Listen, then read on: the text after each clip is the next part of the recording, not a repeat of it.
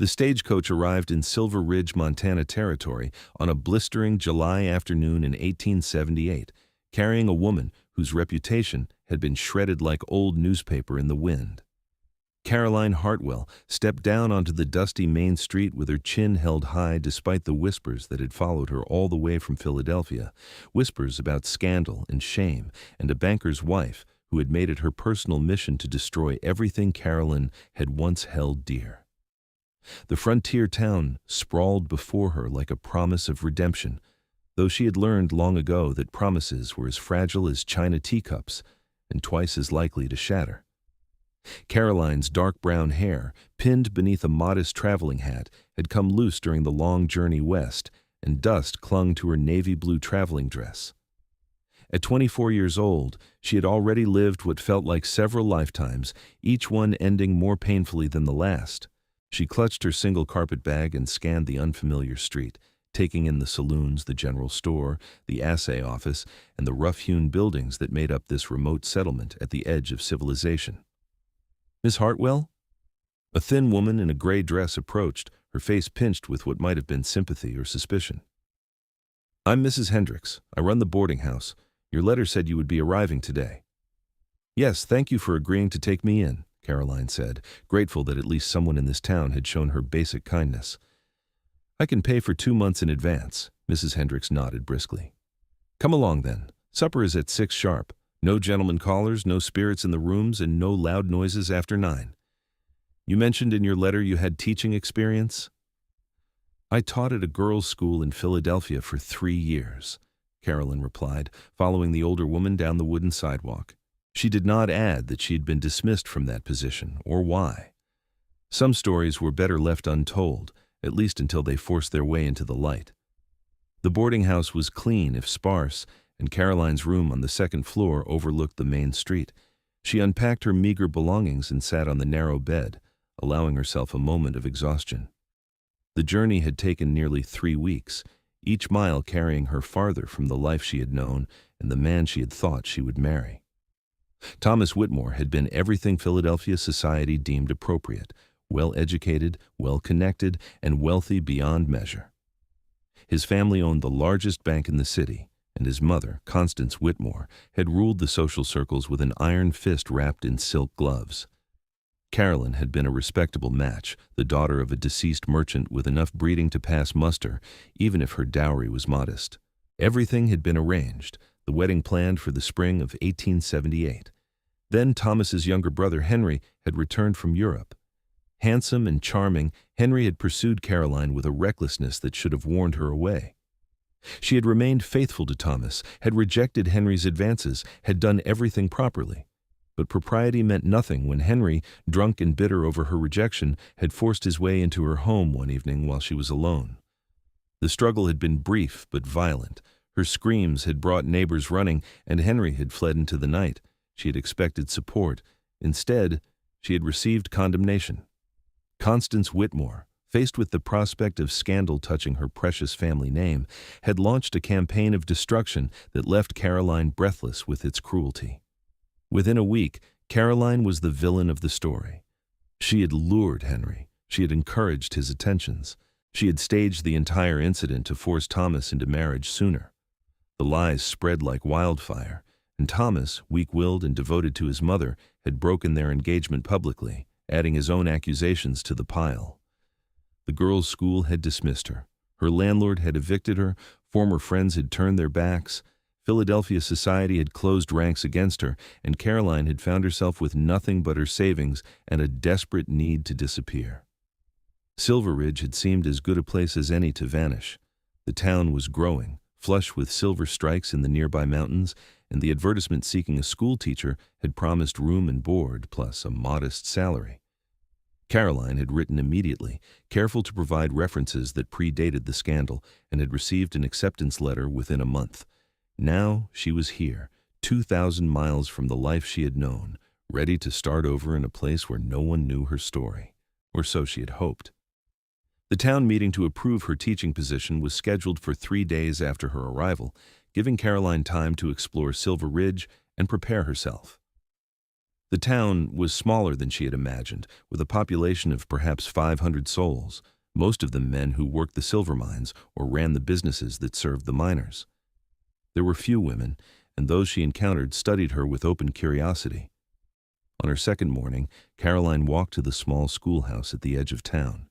It was a simple building, one room with a pot-bellied stove, rough benches, and a slate board at the front. The previous teacher, she had been told, had married a mine owner and moved to Helena. The children of Silver Ridge had been without formal education for nearly 4 months. She was sweeping the floor, mentally planning lessons, when she heard voices outside. 2 women stood near the schoolhouse steps, and their conversation carried clearly through the open door.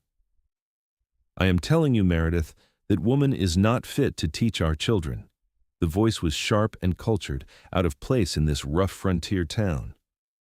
"My husband received a telegram from his banking associates in Philadelphia. Caroline Hartwell is touched by scandal. She attempted to entrap a wealthy man, and when that failed, she accused his brother of assault. The family was forced to take out a restraining order against her." Caroline's blood turned to ice. She set down the broom and moved closer to the door, staying out of sight. "Are you certain, Mrs. Jameson?" The second woman sounded uncertain. The town council seemed satisfied with her references. "Men can be fooled by a pretty face," the first woman replied acidly.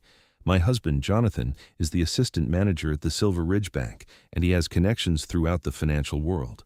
The Whitmore family is well respected. They would have no reason to lie. That woman is a schemer and a liar, and I will not have her corrupting the morals of innocent children." "What will you do?"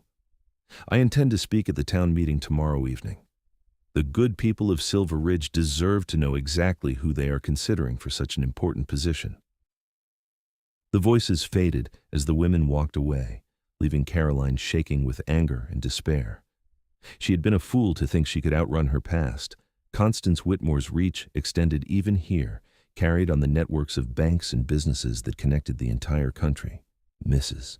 Jameson, whoever she was, had appointed herself as judge and executioner, and Caroline would once again be condemned without trial. She left the schoolhouse and walked blindly through town, not caring where her feet took her. She ended up on a trail that led into the pine-covered foothills, needing distance from the place that had promised refuge, but was already turning hostile. The afternoon sun beat down, and she finally stopped in a clearing beside a creek, sinking onto a fallen log and allowing the tears to come. She cried for the life she had lost, for the injustice of it all, for the weariness of running and the certainty that there was nowhere left to run to. When the tears finally stopped, she sat staring at the clear water, wondering if she should simply leave Silver Ridge before the town meeting. At least that way she could depart with some dignity instead of being driven out in shame. "You lost?" The deep voice startled her, and she spun around to find a man standing at the edge of the clearing. He was tall, well over 6 feet, with broad shoulders and a powerful build that spoke of a life lived outdoors. His hair was dark brown and fell past his collar, and several days' worth of beard shadowed his strong jaw. He wore buckskin pants, a worn flannel shirt with the sleeves rolled up to reveal muscular forearms, and a wide-brimmed hat pushed back on his head. A rifle rested easily in the crook of his arm, and his dark eyes regarded her with a mixture of concern and wariness. "I am not lost," Caroline said, hastily wiping at her face. "I was just walking." "This trail leads up into the mountains," the man said, moving closer with a fluid grace surprising for his size. "Not the best place for a walk if you do not know the country. There are bears up here, and the occasional mountain lion." "I will head back to town shortly," Caroline replied, not trusting herself to say more without her voice breaking. The man studied her for a long moment, and Caroline had the uncomfortable feeling that he saw far more than she wanted to reveal. His face was weathered from sun and wind, with deep lines around his eyes that suggested he was somewhere in his late 20s or early 30s. Despite his rough appearance, there was an intelligence in his gaze that made her straighten her spine. "You are the new school teacher," he said finally. It was not a question. "I was supposed to be," Caroline said bitterly. "I doubt that will happen now." "Why not?" She laughed, a harsh sound. "Because my past has caught up with me, and there are people in this town who have already decided I am unfit for the position." "What did you do?" His tone was neutral, neither accusing nor sympathetic. Caroline met his eyes. I rejected a man's advances and paid the price when his family decided to destroy me rather than admit their son was capable of violence. The man's expression darkened. They called you a liar. They called me far worse than that. Caroline stood, brushing off her skirt. I should return to town. I apologize for trespassing. I did not realize this was private land. It is not mine, the man said. I just trap up here sometimes, and I have a cabin about 2 miles further up the mountain. Name is Jacob Stone. Carolyn Hartwell. She extended her hand automatically, and he took it. His hand was large and calloused, his grip firm but careful, as if he was aware of his own strength and mindful not to hurt her. I have heard the children in town talking about the new teacher, Jacob said, releasing her hand. They are excited to have school start again. Would be a shame if that did not happen. Tell that to Mrs. Jameson, Caroline said. She has made it her mission to ensure I am run out of town before I can corrupt the youth of Silver Ridge. Patricia Jameson is a bitter woman who has nothing better to do than spread gossip, Jacob replied. Her husband is not much better. They came here from Boston 2 years ago thinking they would bring civilization to the frontier. Mostly they just complain and look down on everyone else. She has connections to the family that ruined me in Philadelphia, Caroline said. She has proof of the scandal, or at least she has their version of events. Jacob tilted his head. And what is your version? Something in his tone made Caroline pause. He was not asking out of prurient curiosity or judgment. He genuinely wanted to know her story. Perhaps it was the isolation of the clearing, or the fact that this rough mountain man was a stranger who had no stake in the politics of Silver Ridge, or perhaps it was simply that she was tired of carrying the burden alone. Whatever the reason, Caroline found herself telling him everything. She told him about Thomas and Henry Whitmore, about the attack and the accusations that followed, about Constance Whitmore's campaign of destruction and the way Philadelphia society had turned on her. She told him about losing her job and her home, about the journey west and the hope that she could start fresh. She told him about the conversation she had overheard that morning and the certainty that history was about to repeat itself. Jacob listened without interrupting, his expression growing harder as the story unfolded. When she finished, he was silent for a long moment, staring out at the mountains. You did nothing wrong, he said finally. The simple statement, delivered with absolute conviction, made Caroline's throat tighten with unexpected emotion. That does not seem to matter. It matters, Jacob said firmly. He looked at her, and there was something fierce in his gaze. The truth always matters, even when people try to bury it. You should not have to run from lies. What choice do I have? Caroline asked. Mrs. Jameson will stand up at the town meeting and repeat everything the Whitmores told her husband. The town council will withdraw their offer, and I will be asked to leave. I cannot fight an entire town, especially when they believe they are protecting their children from a corrupting influence. You can tell your side of the story, Jacob said. And who will believe me over a respected banking family? Maybe more people than you think. Jacob adjusted his rifle. Silver Ridge is not Philadelphia. People here judge you by what you do, not by what some fancy family back east says about you. If you run without even trying to defend yourself, you will just be proving the gossips right. Caroline wanted to argue, but something in his words resonated. She had run from Philadelphia because staying had been impossible, but she had also run because she had been too broken to fight. Coming west was supposed to be about starting over, about reclaiming her life. What was the point of that if she simply let the same pattern repeat itself? I do not know if I have the strength, she admitted quietly. Jacob's expression softened slightly. Strength is not about never being afraid or hurt. It is about standing up even when you are both. You came all the way out here by yourself. That takes more courage than most people have.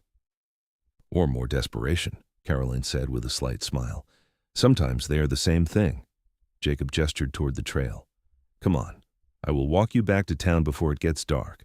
The trail can be tricky if you do not know it. They walked in comfortable silence for a while, Caroline grateful for the presence of this unexpected ally. Jacob moved through the forest with the ease of someone completely at home in the wilderness, automatically guiding her around roots and loose stones. Despite his rough appearance and imposing size, there was a gentleness in the way he treated her that made her feel safe for the first time in months.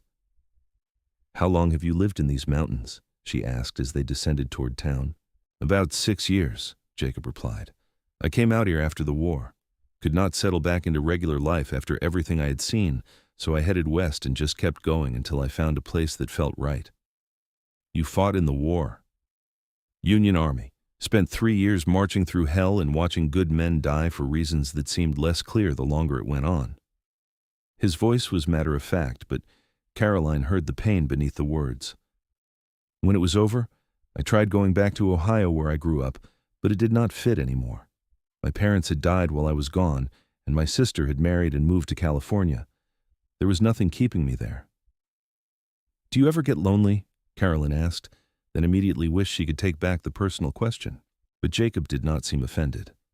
Sometimes, he admitted, but I prefer solitude to the kind of company that judges and condemns without knowing the truth. I come into town for supplies a few times a month, and I have a few friends here who accept me for what I am. That's enough.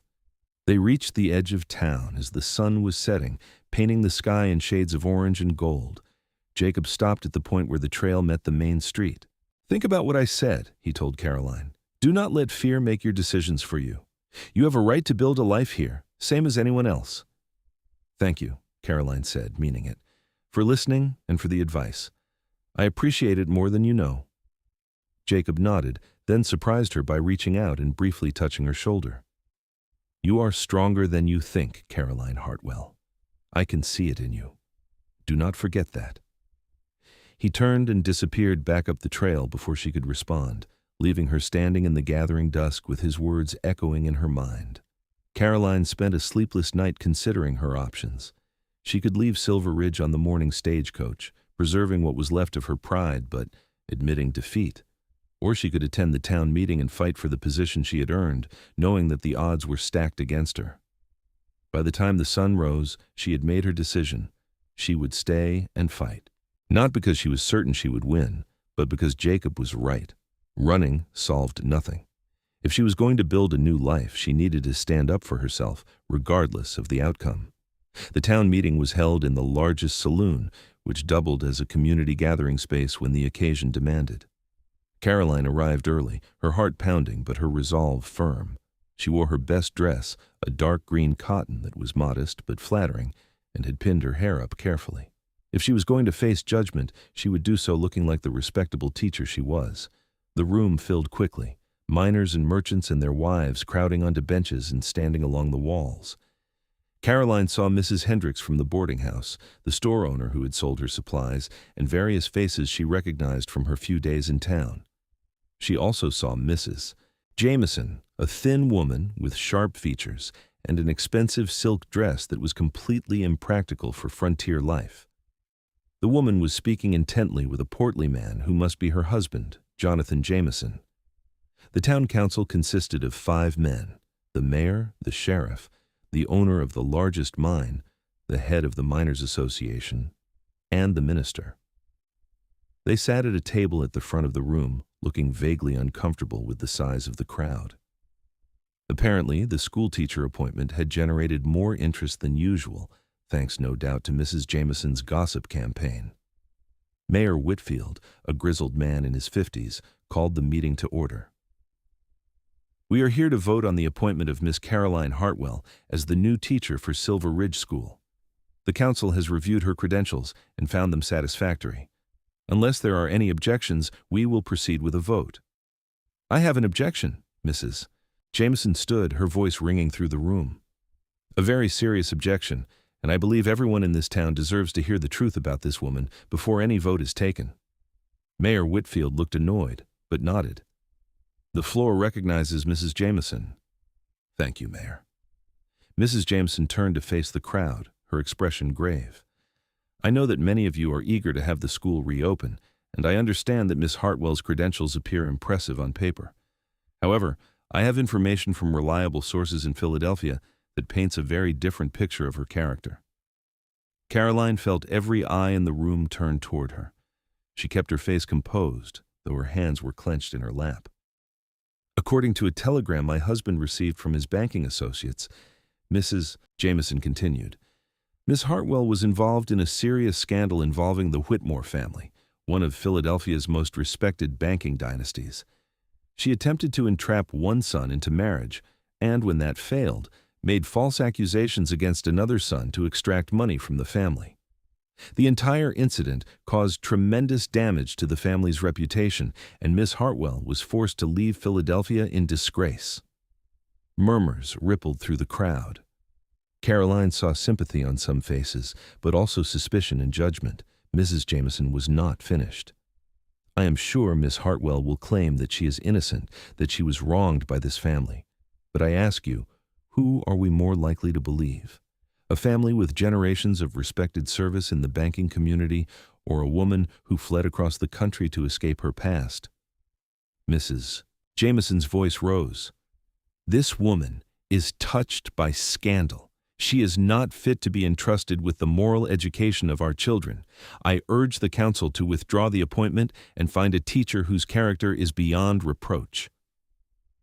The murmurs grew louder. Caroline saw several heads nodding in agreement. Her heart sank, but she forced herself to stand. "May I speak?" she asked, proud that her voice did not shake. Mayor Whitfield looked uncertain, but nodded. "The floor recognizes Miss Hartwell." Caroline moved to the front of the room, acutely aware of everyone watching her. "Mrs. Jameson is correct that I was involved in a scandal in Philadelphia and that I left because of it. However, her version of events is the story told by the Whitmore family to protect themselves. The truth is very different." She took a breath and continued, forcing herself to speak clearly and calmly. "I was engaged to Thomas Whitmore.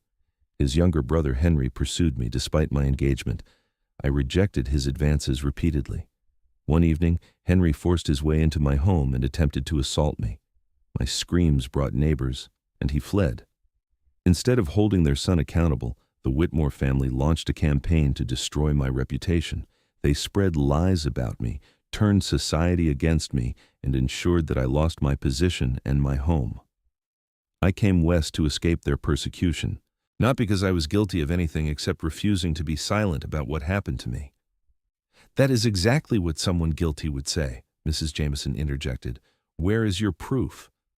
"Where is yours?" Caroline countered. "You have a telegram from people who have every reason to lie. I have nothing but my word, but I'm asking you to consider this. If I were truly the scheming liar the Whitmores claim, would I have come here knowing that the truth would likely follow me? Would I have provided references and allowed myself to be investigated, or would I have simply disappeared into anonymity?" "The Whitmore family is highly respected, Mr. Jameson spoke up, standing beside his wife. "They have no reason to fabricate such a story." "They have every reason," Caroline said, her voice hardening. "Their son committed a crime. Admitting that would have damaged their precious reputation far more than destroying one powerless woman. I am not asking you to take my word over theirs. I'm asking you to judge me by who I am and what I can do for this community, not by lies told by people hundreds of miles away." The room erupted in argument, some supporting Caroline and others siding with the Jamesons. Mayor Whitfield banged his gavel, trying to restore order. In the chaos, the door to the saloon opened and Jacob Stone walked in. The arguments died down as people turned to stare.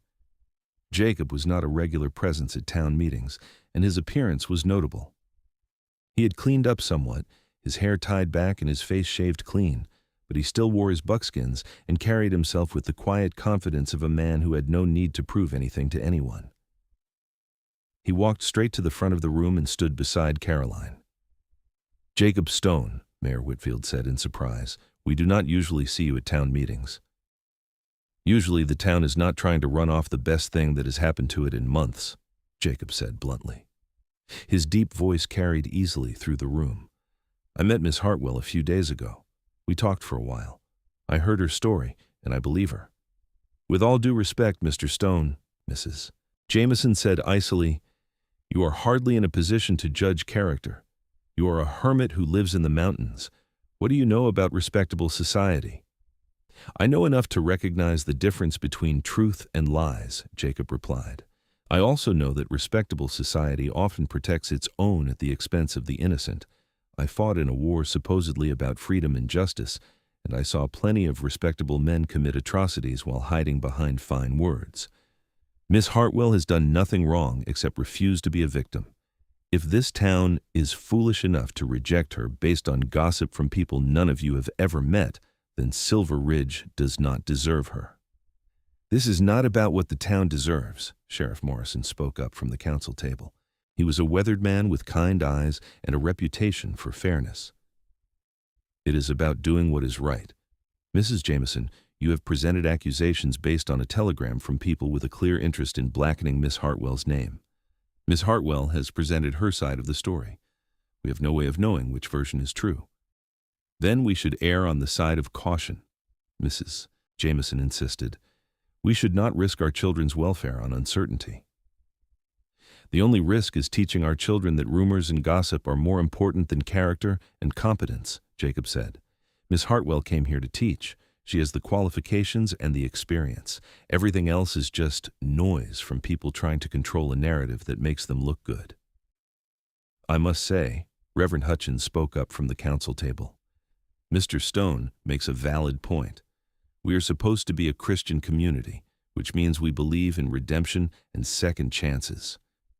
Even if Miss Hartwell were guilty of everything the Whitmores claim, which I am not convinced is the case, should that disqualify her forever from contributing to society?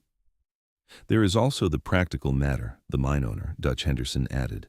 We need a teacher. My children have been running wild for 4 months, and my wife is threatening to move back to Denver if they do not get back to school soon. Miss Hartwell is here. She is qualified, and she is willing to take the job.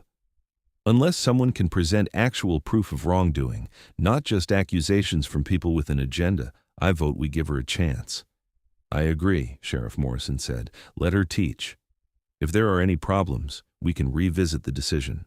But I am not comfortable condemning someone based solely on gossip. Mayor Whitfield looked at the remaining council members. Reverend Hutchins? I vote to approve the appointment, the Reverend said. Mr. Dalton? The mayor addressed the head of the Miners Association. Dalton, a burly man with arms like tree trunks, nodded slowly. The men I represent want their kids educated. I vote yes. Then it is settled, Mayor Whitfield said. The motion to appoint Miss Caroline Hartwell as teacher is approved by a vote of 4-1. Miss Hartwell, the position is yours. School will start Monday morning. Relief flooded through Carolyn so intensely she felt dizzy. Thank you, she managed to say. I will not disappoint you. See that you do not, the mayor said gruffly, but not unkindly. Mrs. Jameson looked furious.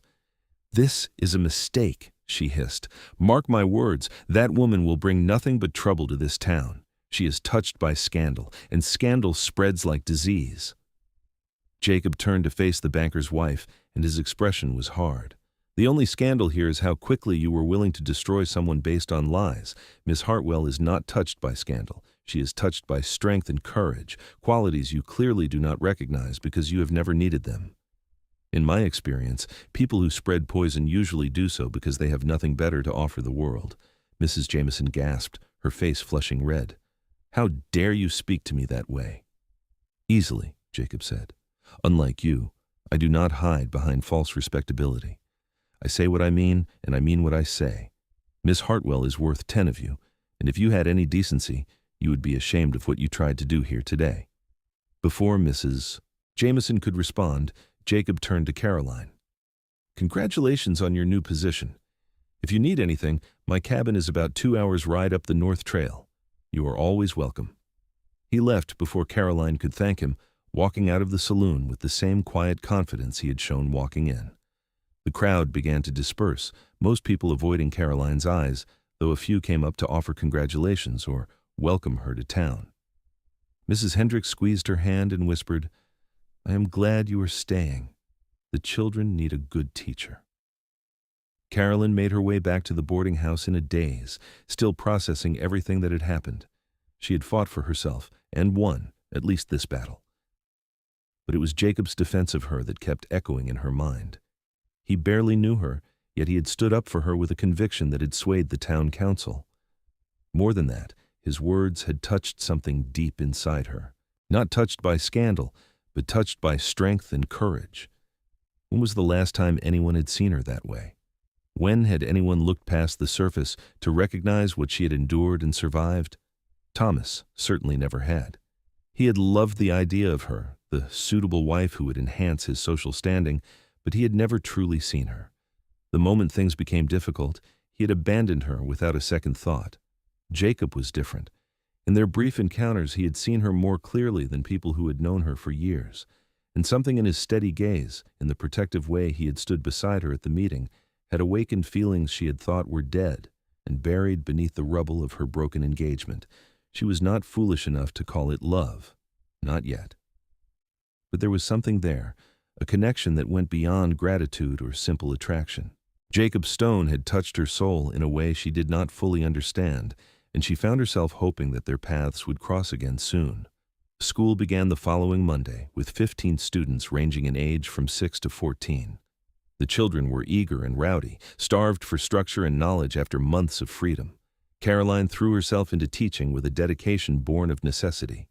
This position was her lifeline, her chance to prove herself, and she was determined to succeed. The first weeks were challenging as she established routines and assessed each child's abilities.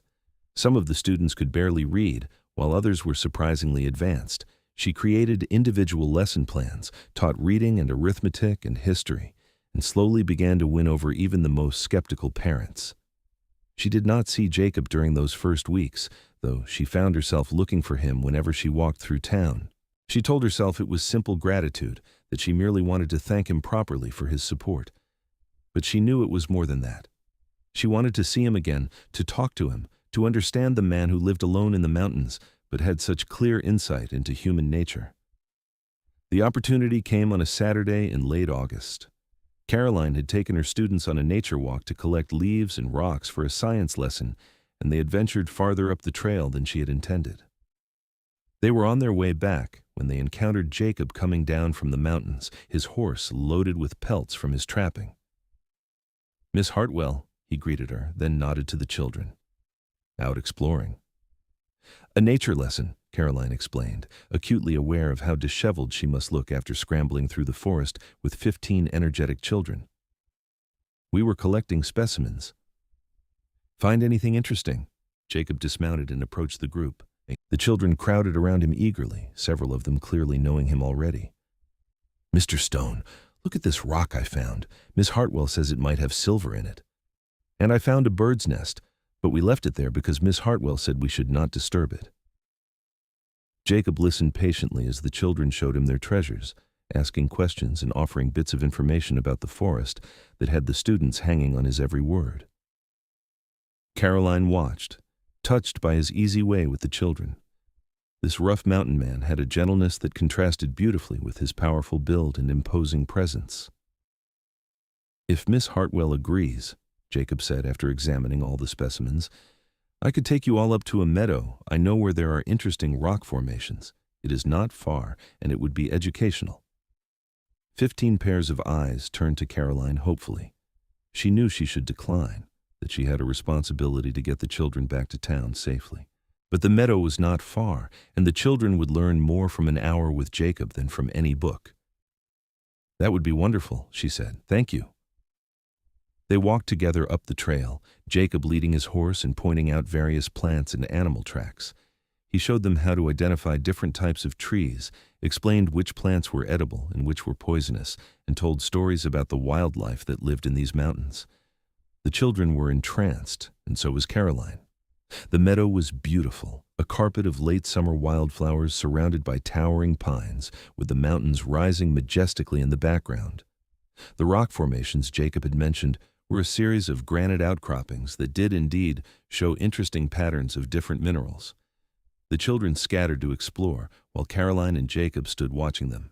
Thank you for this," Caroline said quietly. "They are learning more today than I could teach them in a week of regular lessons." "Knowledge comes from experience, not just books," Jacob replied, "though books have their place too. I am glad you're teaching them.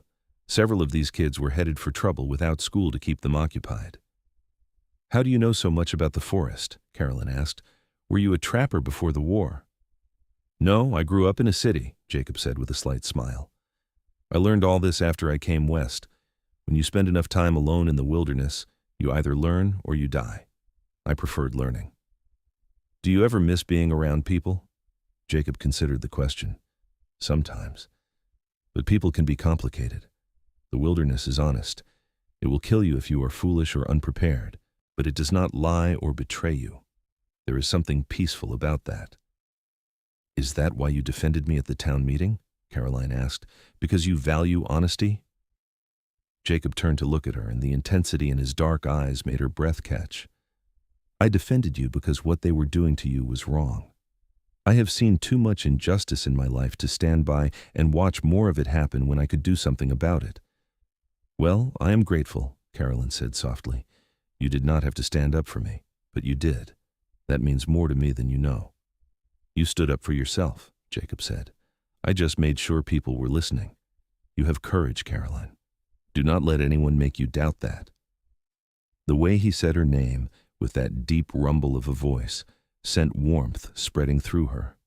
She was suddenly very aware of how close they were standing, of the breadth of his shoulders and the strength in his weathered hands. He smelled of pine and leather and something indefinably masculine that made her heart race. Miss Hartwell, come look at this, one of the students called out, breaking the moment. Caroline stepped back flustered and went to see what the child had discovered. They spent another hour in the meadow before Jacob guided them back to town. He left them at the edge of Silver Ridge with a polite nod, but Caroline caught him looking at her with an expression she could not quite read. Something had shifted between them in that meadow, some unspoken acknowledgement of attraction and possibility. She thought about him constantly over the following days. It was foolish, she told herself. She barely knew him. He was a mountain man who preferred solitude, and she was a schoolteacher trying to rebuild her life. They came from different worlds, wanted different things. Any connection between them was impractical at best. But her heart did not listen to logic. Her heart remembered the way he had looked at her, the protectiveness in his stance when he had defended her, the gentleness in his voice when he spoke to the children. Her heart whispered that Jacob Stone was unlike any man she had ever known, and that perhaps different worlds could find common ground if the pull between them was strong enough. September arrived with cooler temperatures and the first hints of autumn in the golden aspen leaves. Caroline had settled into her role as teacher, and the town had largely accepted her. Mrs. Jameson remained coldly hostile, but most people judged Caroline by her work rather than her past. She had even made a few friends, including the sheriff's wife and the woman who ran the general store. But there was still a loneliness that gnawed at her in the quiet moments. She had worked hard to build a life here, but it was a solitary life, built on caution and the need to prove herself. She missed connection, missed having someone to share her thoughts and dreams with. She was cleaning the schoolhouse after classes one Friday afternoon when Jacob appeared in the doorway. She had not seen him in nearly 2 weeks, and her heart leaped at the sight of him. Jacob, she said, trying to sound casual. What brings you to town? Supplies, he said, stepping inside. And I wanted to check on you, make sure the Jamesons have not been causing trouble. They have been avoiding me, which suits me fine, Caroline said. School is going well. The children are making real progress. I heard, Jacob said, half the town is talking about what a good teacher you are. Seems you have proven yourself. It feels good to be judged by my work rather than my past, Caroline admitted. She set down her broom and studied him. Would you like some coffee? I usually make a pot after school. I would like that, Jacob said. They sat on the steps of the schoolhouse, drinking coffee and watching the afternoon light fade over the mountains. The conversation flowed easily, ranging from the children's progress to the changing season to Jacob's observations about the wildlife he had encountered. Caroline found herself relaxing in a way she rarely did with people, the wariness that had become her constant companion dissolving in Jacob's steady presence. Can I ask you something? Caroline said eventually. At the town meeting you said I had touched your soul. What did you mean by that? Jacob was quiet for a long moment, staring out at the mountains. When he finally spoke, his voice was thoughtful. I meant that in our first conversation, when you told me your story, I recognized something in you that I understood. You had been hurt and betrayed, but you had not let it break you. You had the courage to keep going even when everything seemed impossible. That kind of strength is rare, and it touched something in me that I thought I had lost a long time ago. What did you lose? Caroline asked softly. Faith in people, Jacob said simply. The war destroyed a lot of my illusions about humanity. I saw what people were capable of when civilization stripped away.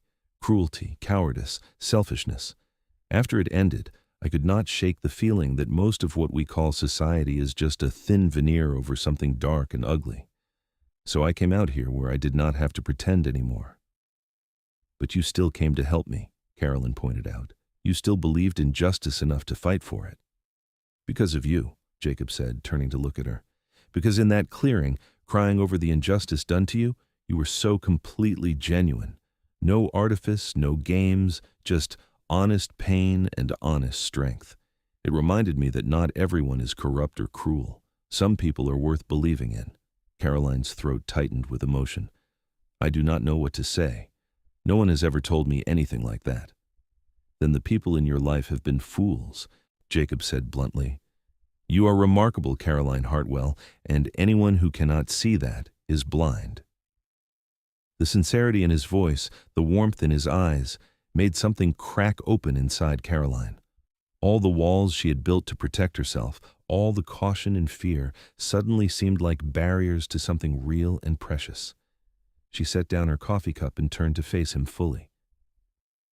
You have touched my soul too, she said quietly. From the moment we met, you have seen me in a way no one else ever has, not as a scandal or a victim or a project to be fixed, but just as myself. You make me feel strong and worthy, and I have not felt that way in a very long time. Jacob reached out slowly, giving her time to pull away, and cupped her face with one large hand. His palm was rough with calluses, but his touch was infinitely gentle. You are strong and worthy, he said. You always have been. I'm just the first person honest enough to say it out loud. Jacob, she whispered, and then his lips were on hers. The kiss was unlike anything Caroline had ever experienced.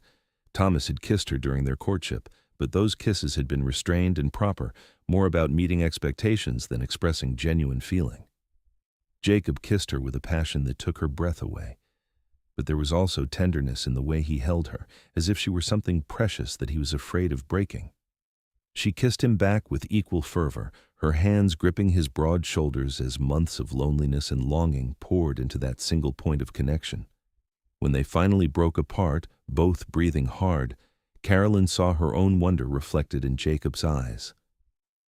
I have wanted to do that since the day we met, Jacob admitted, his voice rough. I have wanted you to, Caroline confessed, but I was afraid. After everything that happened with Thomas, I was not sure I could trust my feelings or anyone else's. I am not Thomas, Jacob said firmly, and I'm not asking for anything you are not ready to give. But I need you to know that what I feel for you is real. You are not a passing fancy or a conquest. You have gotten under my skin in a way I did not think was possible anymore. I feel the same way, Caroline said. You scare me a little, if I'm being honest. What I feel for you is so much stronger than anything I felt for Thomas, and it happened so quickly. I do not want to be foolish again. Love is always a risk, Jacob said, but it is a risk worth taking with the right person. I think you are the right person for me, Caroline. I think I am the right person for you, but we can take this slow if you need to. I am not going anywhere. Love? Caroline repeated, her heart skipping. Is that what this is? Jacob smiled, a rare and beautiful expression that transformed his serious face. I think it might be. I know it is for me. I've never felt about anyone the way I feel about you. Caroline kissed him again, pouring all her hope and fear and growing love into it. When they pulled apart this time, she was smiling. I think I love you too, she said. I did not expect to, and I certainly did not plan to, but I do. Good, Jacob said, pulling her close so she could rest against his chest. His arms came around her, strong and protective, and Caroline felt safer than she had in years. Because I intend to court you properly, Caroline Hartwell. I want everyone in this town to know that you are mine and I am yours, and that anyone who has a problem with that can answer to me. That might cause some talk, Caroline said, though she was smiling. Let them talk, Jacob replied. We both know the truth, and that is all that matters. They sat together on the schoolhouse steps as the sun set, making plans and dreaming dreams. Jacob would come to town more often. Caroline would visit his cabin on weekends when school was not in session. They would take things at a pace that felt right to both of them, building something real and lasting. For the first time since leaving Philadelphia, Carolyn felt truly hopeful about the future. She had come west to escape her past, but she had found something infinitely more valuable than escape. She had found love, real and honest and fierce, with a man who saw her for who she truly was and cherished her for it. The courting that followed was unlike anything Caroline had experienced in Philadelphia society. There were no formal dinners or chaperoned visits or games of propriety. Instead, Jacob taught her to fish in the mountain streams and took her on long rides through the forest. They had picnics in hidden meadows and talked for hours about everything and nothing. Jacob introduced her to the beauty and danger of the wilderness, teaching her to respect both, and Caroline shared her love of books and learning, reading to him in the evenings from the volumes she treasured. The people of Silver Ridge watched their growing relationship with interest and, for the most part, approval. Jacob was well-liked despite his reclusiveness, and Caroline had proven herself a capable teacher. They made an unusual pair, the refined schoolteacher and the rough mountain man. But the love between them was obvious to anyone who saw them together. Mrs. Jameson, of course, disapproved vocally, making snide comments about Caroline lowering herself to associate with a hermit, but her opinions carried little weight. Most people in Silver Ridge had learned to ignore the banker's wife and her constant complaints about frontier life not meeting her exacting standards. October brought the first snow to the high peaks, and with it a new concern. Jacob's cabin was 2 hours' ride from town, and the winter months would make regular visits difficult, if not impossible. Caroline found herself dreading the thought of months without seeing him, of long, dark nights alone in her boarding-house room. They were sitting by the creek on a crisp Saturday afternoon when Jacob brought up the subject that had been on both their minds. "Winter is coming," he said, skipping a stone across the water. "The passes will be snowed in by late November, and I will not be able to come to town except for emergencies." "I know," Caroline said quietly. "I have been thinking about it." "I've been thinking too," Jacob said. He turned to face her, his expression serious. "Marry me, Caroline. Come live with me in the cabin. I know it is not what you are used to, and it will be a hard life, especially in winter. But I love you. I want to wake up beside you every morning and fall asleep with you every night. I want to build a life with you that is ours, not something dictated by society or expectations." Caroline's heart was pounding. "What about the school? The children need a teacher." "School runs from September through May," Jacob pointed out. "That is harvest schedule, so the children can help with planting and harvesting. You could teach during those months and live with me the rest of the year, or we could figure out something else. The important thing is that we are together." "Yes," Caroline said, the word bursting out of her before she could overthink it. "Yes, I will marry you. I love you, Jacob, and I want to be your wife more than I have ever wanted anything." Jacob pulled her into his arms and kissed her deeply. "You have made me the happiest man alive," he said against her lips. "I promise I will spend every day proving that you made the right choice." "I know I did," Caroline said. "You are the right choice, Jacob. You always have been." They were married 3 weeks later in a simple ceremony at the church. Caroline wore a dress she had made herself from fabric purchased at the general store, pale blue cotton with lace at the collar and cuffs. Jacob wore new clothes for the occasion, dark pants and a white shirt, his hair neatly trimmed and his face clean-shaven. He looked handsome and nervous, and Caroline loved him even more for the vulnerability he showed as he waited for her at the altar. Most of the town attended, curious to see the union of the schoolteacher and the mountain man. Sheriff Morrison and his wife stood as witnesses, and Reverend Hutchins performed the ceremony with genuine warmth. Even Mrs. Hendricks dabbed at her eyes with a handkerchief as Caroline and Jacob exchanged vows. "Do you, Jacob Stone, take this woman to be your lawfully wedded wife, to have and to hold from this day forward, for better or worse, for richer or poorer, in sickness and in health, until death do you part?" "I do," Jacob said, his deep voice steady and sure. "And do you, Caroline Hartwell, take this man to be your lawfully wedded husband, to have and to hold from this day forward, for better or worse, for richer or poorer, in sickness and in health, until death do you part." "I do," Caroline said, meaning it with every fiber of her being. "Then by the power vested in me, I pronounce you husband and wife. You may kiss your bride." Jacob kissed her with a joy and passion that made several people in the congregation gasp, but Caroline did not care.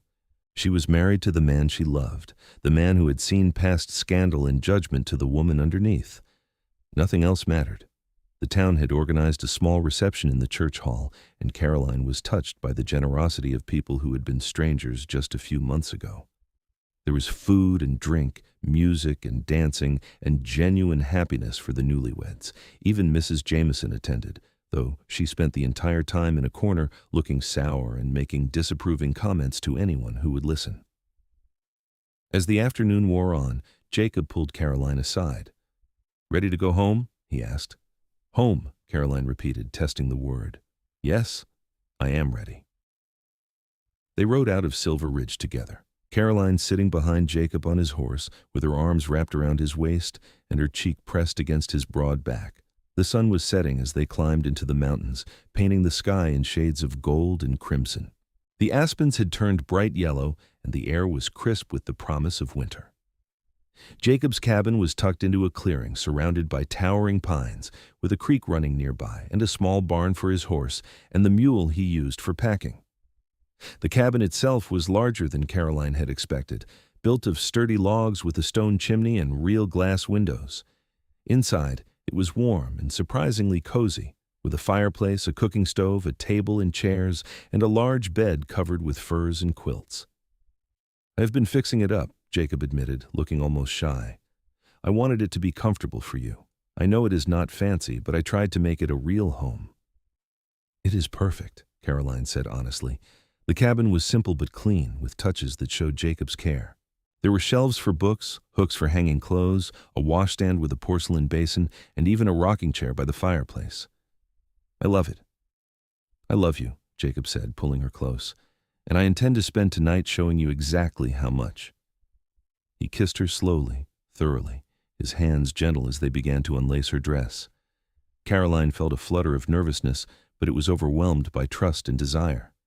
This was her husband, the man who had stood by her when the world turned against her, the man who saw her soul and loved what he found there. They made love for the first time with the fire crackling in the hearth and the mountain night dark outside the windows. Jacob was tender and patient, taking his time to learn what pleased her, and Caroline discovered a passion in herself that she had never known existed.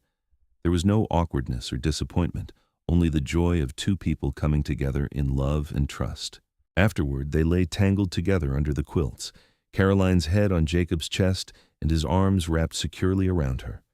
She could hear his heartbeat, steady and strong, and felt a peace settle over her that she had not known was possible. "Thank you," she whispered. "For what?" Jacob asked, his voice drowsy and content. "For believing in me. For seeing me when everyone else only saw scandal. For loving me enough to fight for me." "You do not need to thank me for that," Jacob said, pressing a kiss to the top of her head. "Loving you is the easiest thing I have ever done. You are my wife now, Caroline, my partner and my love. I will spend the rest of my life making sure you never doubt that you are cherished." Caroline tilted her head up to kiss him. "And I will spend the rest of my life making sure you never regret choosing me." "Impossible," Jacob murmured against her lips. "You are the best thing that ever happened to me." They fell asleep wrapped in each other's arms, two souls who had found their home in each other after wandering lost for so long. The winter months that followed were the happiest of Caroline's life. She taught school during the week, riding down to town each Monday morning and staying at the boarding house until Friday afternoon, when Jacob would meet her and ride her back to the cabin. On weekends, they lived in their own private world, cut off from the rest of civilization by snow and distance. Jacob taught Caroline how to survive and thrive in the wilderness. She learned to snowshoe through deep drifts, to recognize animal tracks, to help with the trapping that provided their income. She learned to cook on the wood stove and to make candles and soap, to preserve food for the lean months and to sew furs into warm clothing. But it was not all work. They also had time for simple pleasures.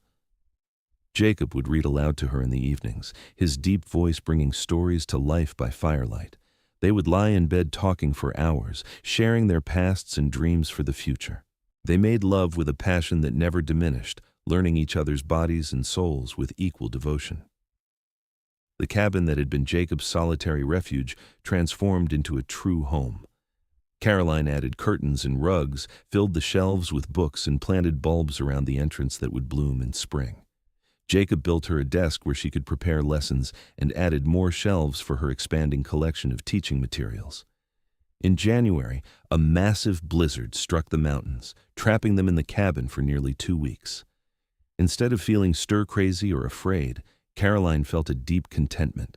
She had everything she needed right here: warmth, food, and the man she loved. They made a game of the confinement, telling stories and playing cards, making elaborate meals from their stores, and spending long afternoons in bed while the snow piled up outside. "I used to dread winter," Jacob confessed one night as they watched the fire. "The isolation could be brutal, week after week with no one to talk to but myself. Now I find myself wishing the snow would never melt." "Me too," Caroline admitted. "As much as I love teaching, being here with you feels like the truest version of myself. I never knew I could be happy living so simply, but I am. With you, I'm completely happy." "Then we are building the right life," Jacob said, pulling her closer. "One that makes us both happy, not one that society says we should want." February brought news from town that made Caroline's heart sink. Sheriff Morrison rode up to the cabin on a rare, clear day, his expression grim. "Sorry to bother you folks," he said, accepting the coffee Caroline offered. "But I thought you should know. Jonathan Jameson has been arrested." "Arrested?" Caroline was shocked. "For what?" "Embezzlement," the sheriff said heavily.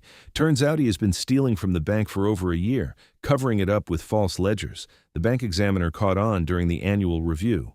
He is in jail awaiting trial, and the bank is trying to recover the missing funds." "What about Mrs. Jameson?" Caroline asked. "She is claiming ignorance, says she had no idea what her husband was doing. She's been selling off their possessions to try to raise money, the house, the furniture, even her fancy dresses. She will be lucky if she can avoid prosecution herself." Caroline should have felt vindicated, should have taken satisfaction in the downfall of the woman who had tried so hard to destroy her. Instead, she felt only sadness. "That is terrible," she said quietly. "It is justice," Jacob said firmly. "Those two spent months spreading poison about you, trying to ruin your reputation based on lies told by people just as corrupt as they were. Turns out, they were the real criminals all along." "I know," Caroline said, "but I still would not wish this on anyone. Mrs. Jameson may be bitter and cruel, but losing everything is a hard punishment." Jacob softened at her words, pulling her close. "You have too generous a heart," he said, "but that is one of the things I love about you. You refuse to let other people's cruelty make you cruel in return." The scandal of the Jamisons' arrest was the talk of Silver Ridge for weeks. Mrs. Jameson eventually left town in disgrace, returning to Boston with nothing but a single trunk of belongings. The bank hired a new assistant manager, a quiet man from Denver who kept to himself and did his job competently. Spring arrived in a rush of melting snow and budding wildflowers. Caroline continued teaching, and her students flourished under her guidance. Several of the older children had progressed enough to be ready for higher education, and Caroline worked with their families to arrange for them to attend schools in larger towns.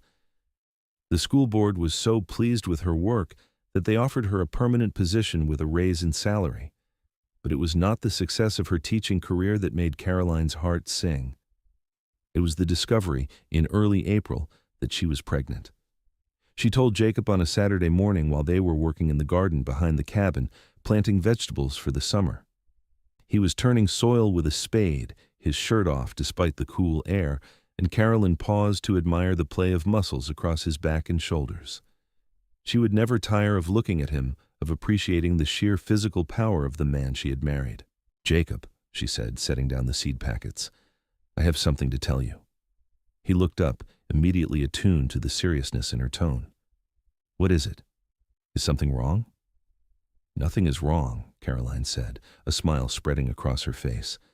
"Everything is wonderfully right. Jacob, I am going to have a baby. We are going to have a baby." The spade fell from Jacob's hands. He stared at her for a long moment, his expression unreadable, and Caroline felt a flutter of worry. Then he was moving, crossing the space between them in 2 long strides and sweeping her up into his arms.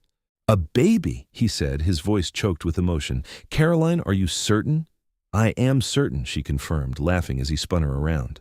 "I've missed my monthly courses for 2 months, and I've been feeling sick in the mornings. I'm definitely pregnant." Jacob set her down carefully, as if she might break, and placed his large hand gently on her still flat stomach. "There is a baby in there," he said in wonder. "Our baby, a life we made together." "Yes," Caroline said, covering his hand with hers. "Are you happy?" "Happy?" Jacob pulled her close, burying his face in her hair.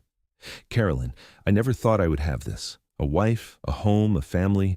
I thought I was destined to live and die alone in these mountains. You have given me everything I never dared to dream of. I am not just happy. I am overwhelmed with joy." They held each other for a long time, the garden forgotten as they absorbed the enormity of this new reality. They were going to be parents. Their love had created a new life, a child who would be born into a home filled with love and security. "We will need to make changes," Caroline said eventually, practical as always.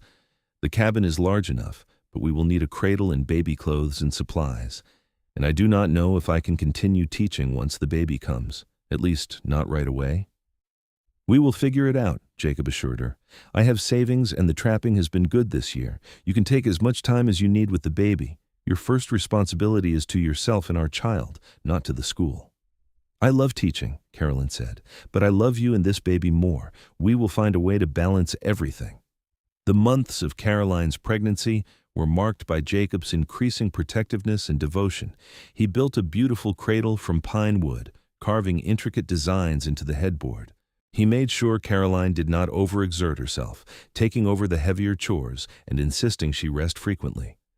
He read to her every evening, not just stories, but also medical texts about pregnancy and childbirth that he had ordered from a catalog. The women of Silver Ridge rallied around Caroline, offering advice and hand-me-down baby clothes and reassurance. Mrs. Morrison, the sheriff's wife who had become a good friend, promised to be there for the birth, as did Mrs. Hendricks. Even the doctor, a gruff old man who had seen everything the frontier could throw at him, assured Caroline that she was healthy and the pregnancy was progressing normally. Summer arrived with long golden days and warm nights. Caroline's belly swelled, and she felt the baby move for the first time in early June, a fluttering sensation that made her cry with joy. She guided Jacob's hand to her stomach so he could feel it too, and the look of awe on his face was something she would treasure forever. "That is our child," he whispered, "alive and growing inside you. It is a miracle, Caroline." "It is," she agreed, "the best miracle." They spent the summer preparing for the baby's arrival. Jacob stocked the cabin with supplies and made sure they had everything they might need. Caroline sewed tiny clothes and blankets, her heart full of anticipation. They argued playfully about names, though they agreed to wait until the baby was born to decide. Caroline taught summer lessons for the children who wanted to continue learning, but she reduced her schedule as her pregnancy advanced. By August, she was teaching only a few hours a day, and by early September, she stopped entirely. The baby was due in October, and she wanted to focus on preparing for the birth. The contractions began on a crisp October morning, just as the aspens were reaching their peak of golden glory. Caroline was hanging laundry when the first pain hit, a tightening across her belly that made her gasp. Jacob was checking his traps a mile away, and Caroline knew it would be hours before the baby came. She went inside, laid out the supplies the doctor had told her to prepare, and sent Jacob's hunting dog to fetch him. By the time Jacob burst into the cabin, wild-eyed with worry, Caroline was in serious labor. He wanted to ride immediately for the doctor and Mrs. Morrison, but Caroline stopped him. "There is not time," she said through gritted teeth. "The baby is coming now. You are going to have to help me." Jacob looked terrified, this strong mountain man reduced to trembling fear at the thought of delivering his own child. But he did not hesitate. He washed his hands, helped Caroline onto the bed, and followed her instructions as the contractions came harder and faster. "You can do this," he told her, his voice steady despite his fear. "You are the strongest person I know, Caroline. You can do anything." Tell me about the mountains, Carolyn gasped between contractions. Tell me about the first time you saw this place. Jacob talked, his deep voice a lifeline she clung to as the pain intensified. He told her about riding into these mountains 6 years ago, broken and lost from the war, and how the beauty and isolation had slowly healed something in him. He told her about building the cabin with his own hands, about learning to survive in the wilderness, about the long, lonely years before she came into his life and transformed everything. "And now we are about to meet our child," he said, his voice thick with emotion, "the child born of our love. Caroline, you have given me a reason to live that I never had before. Whatever happens, I want you to know that you and this baby are everything to me." "Nothing is going to happen," Caroline said fiercely. "I am going to have this baby, and we are both going to be fine. We have too much life left to live together." And with one final agonizing push, their son entered the world. Jacob caught the baby with shaking hands, cutting the cord with a clean knife and wrapping the squalling infant in soft flannel. He placed the baby in Caroline's arms, and she looked down at the tiny red face, the shock of dark hair, the perfect tiny fingers and toes. "It is a boy," she breathed. "Jacob, we have a son." "He is perfect," Jacob said, tears streaming down his face, "just like his mother. They named him Daniel after Jacob's father, and Thomas after the mountains that had brought them together. Daniel Thomas Stone came into the world healthy and strong, with his father's dark hair and his mother's determined chin." The doctor arrived 3 hours later, brought by Mrs. Morrison, who had been alerted by a neighbor who had seen Jacob's dog running toward town. But by then, Daniel had been born, Caroline was resting comfortably, and Jacob was sitting in the rocking chair by the fire with his son in his arms, looking more content than anyone had ever seen him. "You did well," the doctor said gruffly after examining both Caroline and the baby. "Both are healthy and strong. You are lucky, Jacob. Many births in these conditions do not go so smoothly." "I am lucky in more ways than you know," Jacob replied, gazing at his wife and son. "I have everything I ever wanted right here." The weeks after Daniel's birth were exhausting but joyful. Caroline recovered quickly, and Jacob proved to be a devoted father. He would walk the cabin floor with Daniel for hours when the baby was fussy, singing old war songs in his deep rumble of a voice. He changed diapers and helped with feedings and showed a patience Caroline had not expected, though she should have known better. Jacob had always been gentle despite his strength, tender despite his rough exterior. As Daniel grew, the cabin filled with the sounds of family life. Baby cries and laughter, the murmur of conversation, and the singing of lullabies. Caroline watched her husband transform from a solitary mountain man into a devoted father, and fell in love with him even more deeply. She did not return to teaching that fall, focusing instead on Daniel and their home.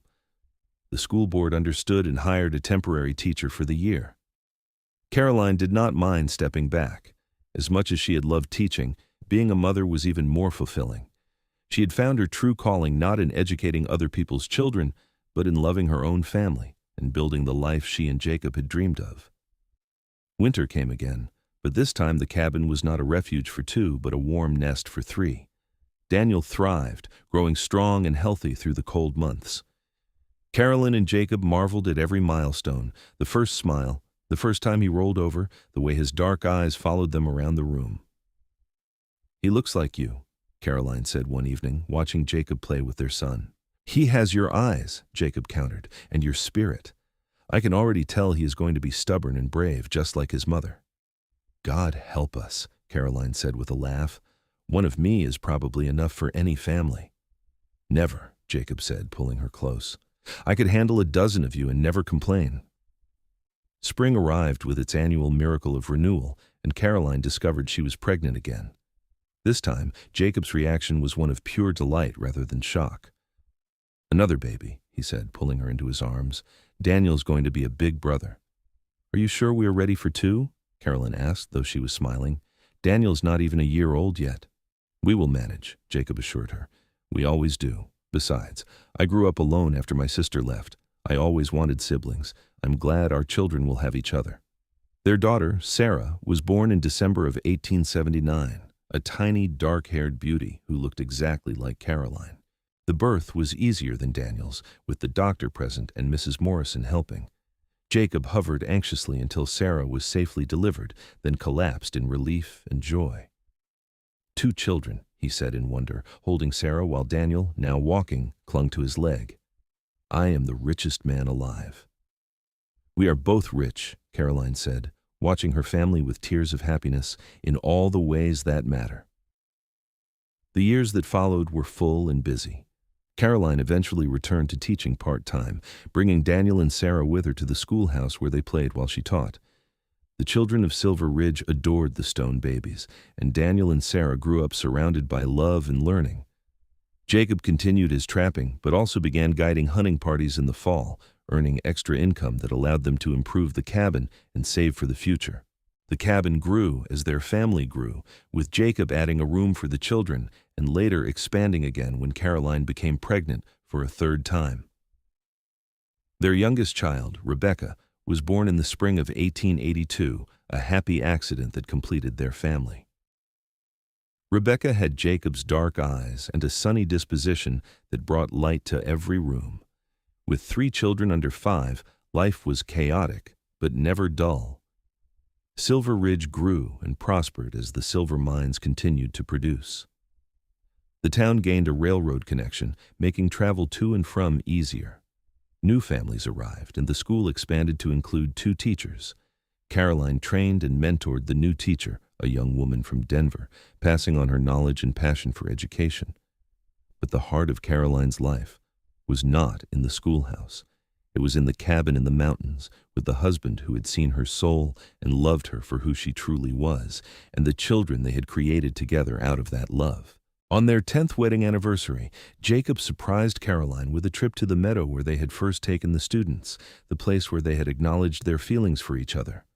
It was summer, and the wildflowers were in full bloom, carpeting the ground in colors that rivaled any cathedral-stained glass. "Do you remember the first time we came here?" Jacob asked, holding her hand as they walked. "I remember everything about our early days together," Caroline said.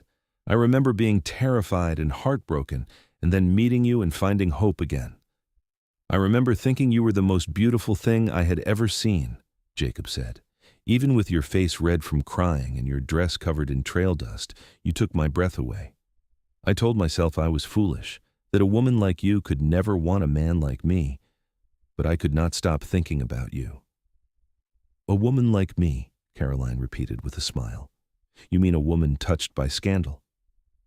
"You were never touched by scandal," Jacob said firmly.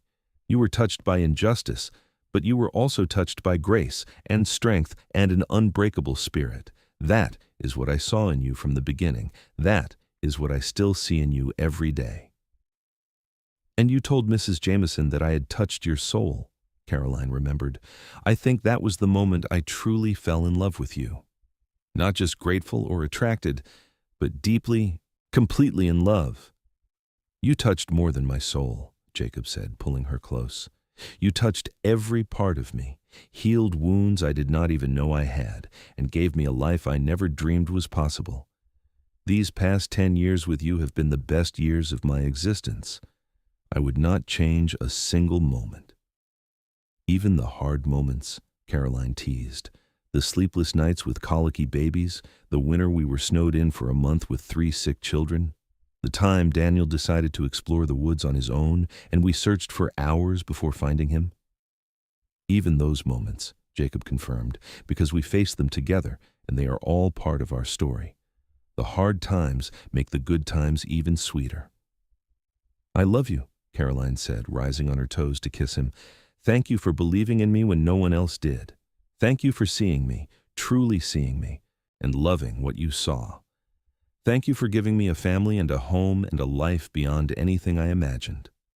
"I love you more than words can express," Jacob replied. "You saved me just as much as I saved you. We saved each other and built something beautiful together." They stood in the meadow surrounded by wildflowers, holding each other as the sun warmed their faces and the mountains rose majestic in the distance. Their 3 children were safe at home with Mrs. Morrison, and for this one afternoon, it was just the 2 of them again, man and wife, lover and beloved. "To think it all started with you crying by a creek," Jacob said with a smile. And you being kind enough to stop and ask if I was lost, Caroline added. I was lost in more ways than one, but you helped me find my way. We found our way together, Jacob corrected, and I intend to spend the rest of my life walking beside you, wherever that path leads. As long as it leads home to each other, Caroline said. That is all I need. They returned to the cabin as evening fell, to find their children playing in the yard under Mrs. Morrison's watchful eye. Daniel, now 7, was teaching his sisters to skip stones in the creek. Sarah, 5, was trying hard to keep up with her older brother. Rebecca, 3, was picking wildflowers and singing to herself. Jacob and Caroline stood watching their children for a moment, hands clasped together. Look at what we made, Jacob said softly. Look at the life we built. It is more than I ever hoped for, Caroline replied. I came west running from scandal and shame, expecting nothing but survival. Instead, I found love and family and a home. I found you. And I found you, Jacob said, the woman who touched my soul and changed everything. I will never stop being grateful for that day by the creek when you stumbled into my life. I will never stop being grateful that you saw past the scandal to the person underneath, Caroline said, that you defended me when I could not defend myself and loved me when I had forgotten how to love myself.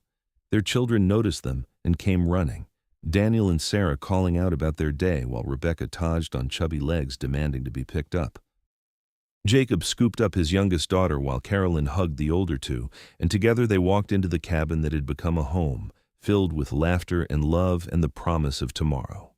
The scandal that had driven Caroline from Philadelphia was long forgotten, buried beneath years of honest living and genuine love.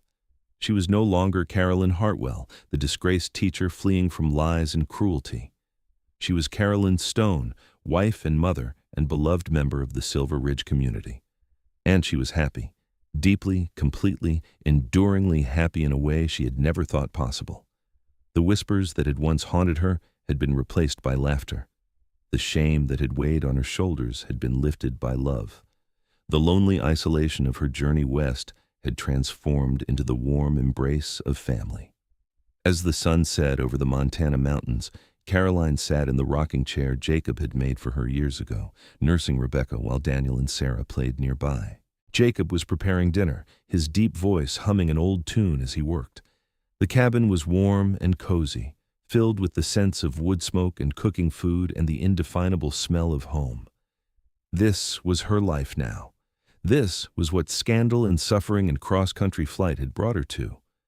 Not ruin, as the Whitmores and Mrs. Jameson had intended, but redemption. Not shame, but honor.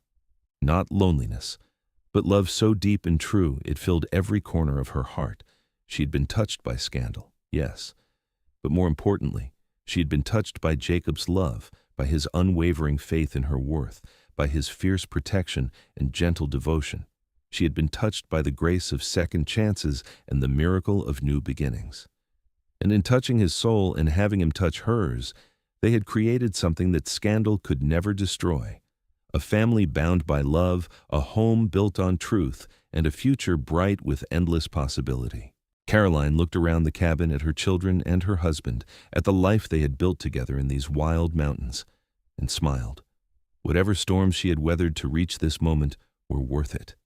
Every tear, every heartbreak, every frightened step into the unknown had led her here, to this man, this family, this perfect, imperfect life. She was home, she was loved, she was free, and that was the happiest ending of all.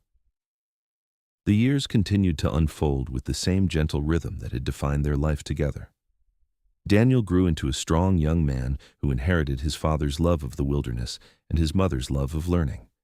He would eventually become a surveyor, mapping the vast territories of Montana while never straying far from the mountains he called home. Sarah developed her mother's passion for teaching and her father's fierce sense of justice.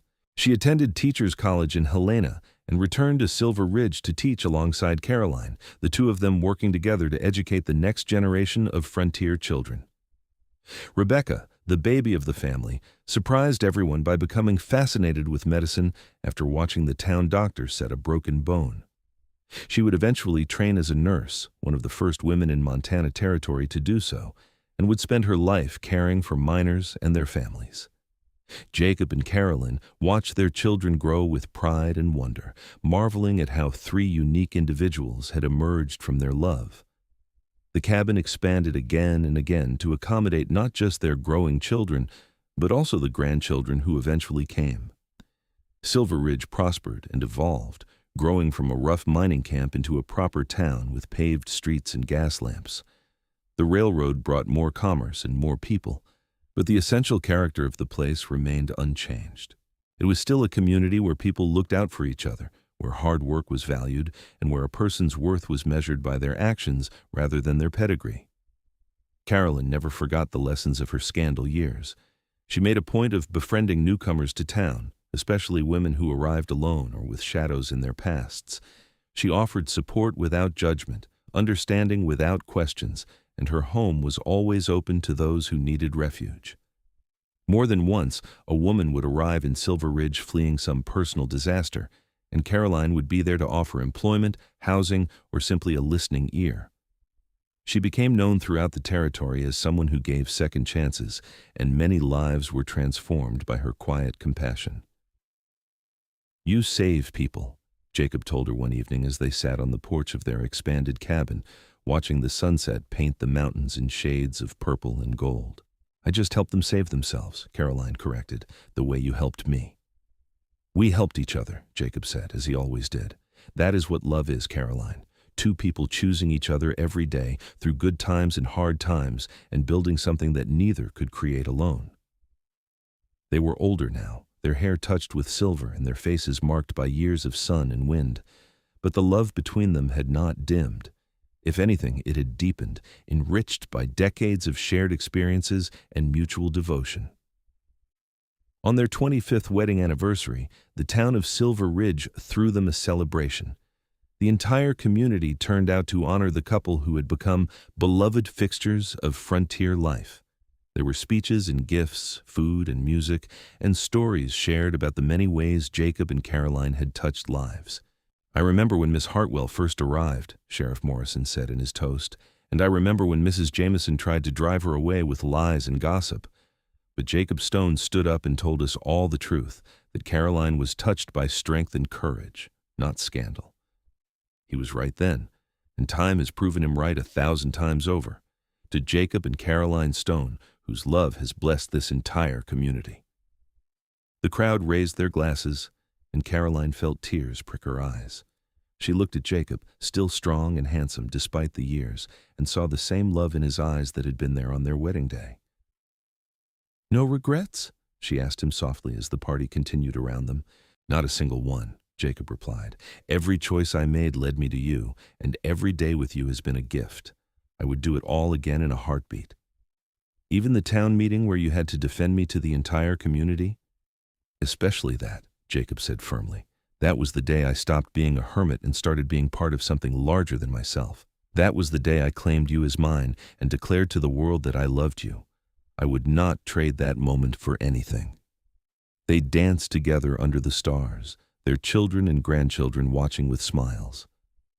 The scandal that had driven Caroline west was long forgotten, buried beneath a quarter-century of love and service and family. She was no longer the disgraced teacher fleeing Philadelphia. She was Mrs. Caroline Stone, beloved wife and mother and grandmother, respected teacher and friend, pillar of the Silver Ridge community. But more than any of those titles, she was simply Caroline, a woman who had been broken and rebuilt herself, who had faced injustice and emerged stronger, who had found love in the unlikeliest place with the unlikeliest man, and who had created a life of meaning and purpose from the ashes of scandal. As the evening wound down and their guests departed, Jacob and Caroline walked back to their cabin hand in hand. The path was lit by moonlight, and the night air was fragrant with pine and wildflowers. They could hear the creek running nearby, the same creek where they had first met all those years ago. "Do you ever think about what your life would have been like if you had married Thomas Whitmore?" Jacob asked. Caroline considered the question. "Sometimes," she admitted. "I think about the life I thought I wanted. Philadelphia society, a big house, servants, all the trappings of wealth and respectability, and I thank God every day that I did not get it." "Really?" "Really," Caroline confirmed. "That life would have been a prison, beautiful and comfortable but still a prison. I would have spent my days worrying about appearances and pleasing people who did not really care about me. I would have been miserable and never even known it. And this life? Jacob gestured to the cabin, the mountains, the wilderness that surrounded them. This life is freedom, Caroline said simply. Freedom to be myself, to love and be loved without pretense, to raise our children in truth and honesty, to build something real and lasting. This life is everything I never knew I wanted, and I would not trade it for all the mansions in Philadelphia. I love you, Jacob said, pulling her close. More today than yesterday and less than tomorrow. That is how it has been since the day we met, and that is how it will be until the day I die. And beyond, Caroline added. Whatever comes after this life, I believe our souls will find each other again. Some connections are too strong to be broken by death.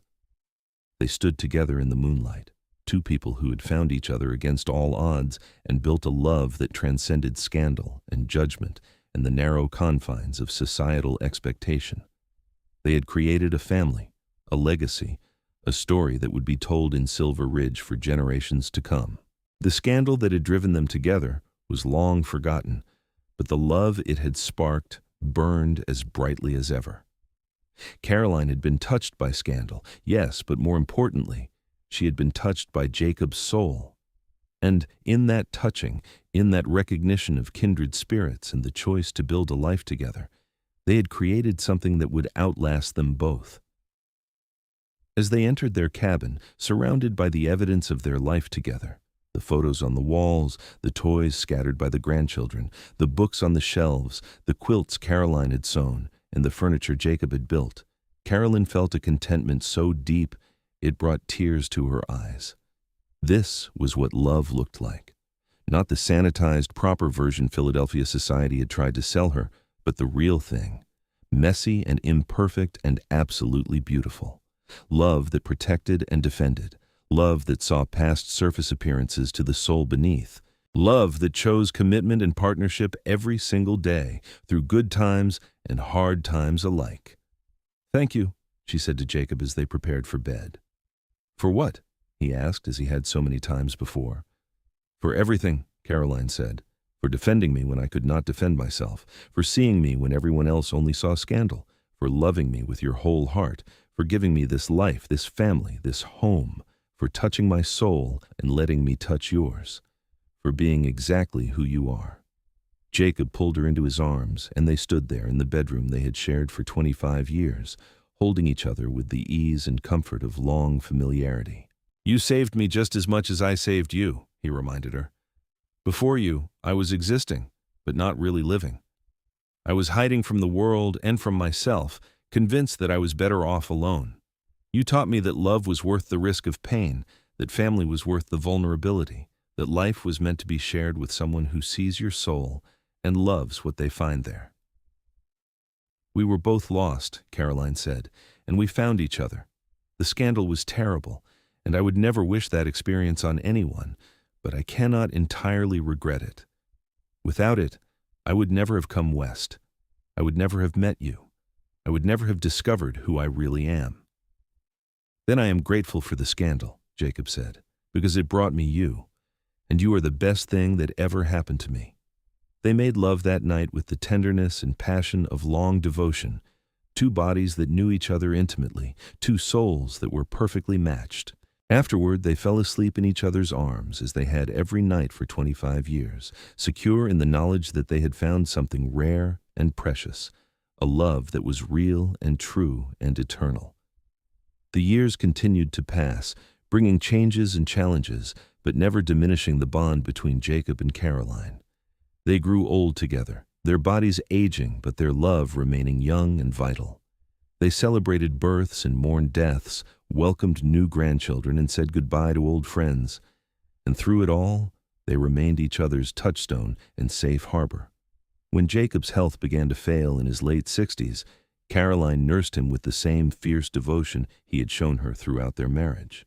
And when it became clear that his time was coming to an end, she held his hand and reminded him of every beautiful moment they had shared. "No regrets," he whispered, his voice weak but his eyes clear. "Not a single regret. You gave me the best life a man could ask for." "And you gave me mine," Caroline replied through her tears. "You saved me, Jacob Stone. You saw past scandal to the woman I really was, and you loved me with your whole heart. I will carry that love with me for whatever time I have left." "I will be waiting for you," Jacob promised. "On the other side, whenever you are ready, I will be waiting." He died peacefully that night, surrounded by his wife and children and grandchildren, leaving behind a legacy of love and integrity that would influence Silver Ridge for generations. Caroline mourned him deeply, but not despairingly, secure in the knowledge that they had made the most of every day they had been given. She lived another 10 years after Jacob's death, continuing to teach and mentor and offer refuge to those who needed it. She remained in the cabin they had built together, surrounded by memories and love. Her children and grandchildren visited often, and she never felt truly alone because Jacob's presence was everywhere, in the furniture he had built, in the land he had worked, in the legacy of love they had created together. When Caroline finally joined Jacob in death at the age of 78, the entire town of Silver Ridge turned out for her funeral. Stories were told of her kindness and generosity, her strength and grace, the way she had overcome scandal and built a life of meaning and purpose. But the story told most often was the love story, how a disgraced teacher and a solitary mountain man had found each other and created something beautiful and lasting. They were buried side by side on a hillside overlooking the mountains they both loved, their graves marked with simple stones bearing their names and the dates of their lives. But their true memorial was not in stone. It was in the children and grandchildren who carried on their values. It was in the students Caroline had taught who went on to become teachers themselves. It was in the women she had helped who paid that kindness forward to others. It was in the town of Silver Ridge itself, which had learned from their example that love and truth mattered more than reputation and scandal. The story of Jacob and Caroline Stone became part of the folklore of Montana Territory, told and retold until it took on the quality of legend. But at its heart, it remained a simple truth. Two damaged souls had found each other in the wilderness and chosen to build a life based on honesty and love and mutual respect. They had been touched by scandal and touched by grace, but most importantly, they had been touched by each other's souls, and that had made all the difference. Years later, when their great-grandchildren played in the meadow where Jacob and Caroline had first acknowledged their feelings, picking wildflowers and skipping stones in the creek, they were playing on ground hallowed by love. The cabin Jacob had built still stood, lovingly maintained by each generation, a testament to the life he and Caroline had created together. And sometimes, on clear mountain evenings when the sun painted the peaks in shades of gold and the aspens whispered in the breeze, people swore they could see two figures walking hand in hand through the forest, a tall man with broad shoulders and a woman with her head held high, together even in death as they had been in life. The scandal that had driven Caroline Hartwell from Philadelphia had been the catalyst for the greatest love story Silver Ridge had ever known. What had been meant to destroy her had instead transformed her, leading her to a man who saw her soul and a life beyond her wildest dreams. And in the end, that was the victory. Not just surviving scandal, but transcending it. Not just escaping judgment, but building something so beautiful and true that it eclipsed everything that had come before. Caroline and Jacob had taken their broken pieces and forged something whole and lasting. They had touched each other's souls and, in doing so, had touched the souls of everyone who knew them.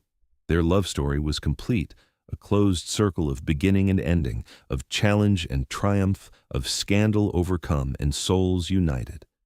It was a story of redemption and second chances, of finding home in unexpected places and love in unlikely forms. It was proof that the darkest moments can lead to the brightest futures, and that sometimes being touched by scandal is simply the first step toward being touched by grace. Jacob and Caroline Stone had lived and loved and built a legacy that would endure long after they were gone, and that was the happiest ending of all. Not that they had found love, but that they had nurtured it, protected it, and allowed it to grow into something that transcended their individual lives and became part of the very fabric of the community they called home. The mountains still stood, eternal and beautiful.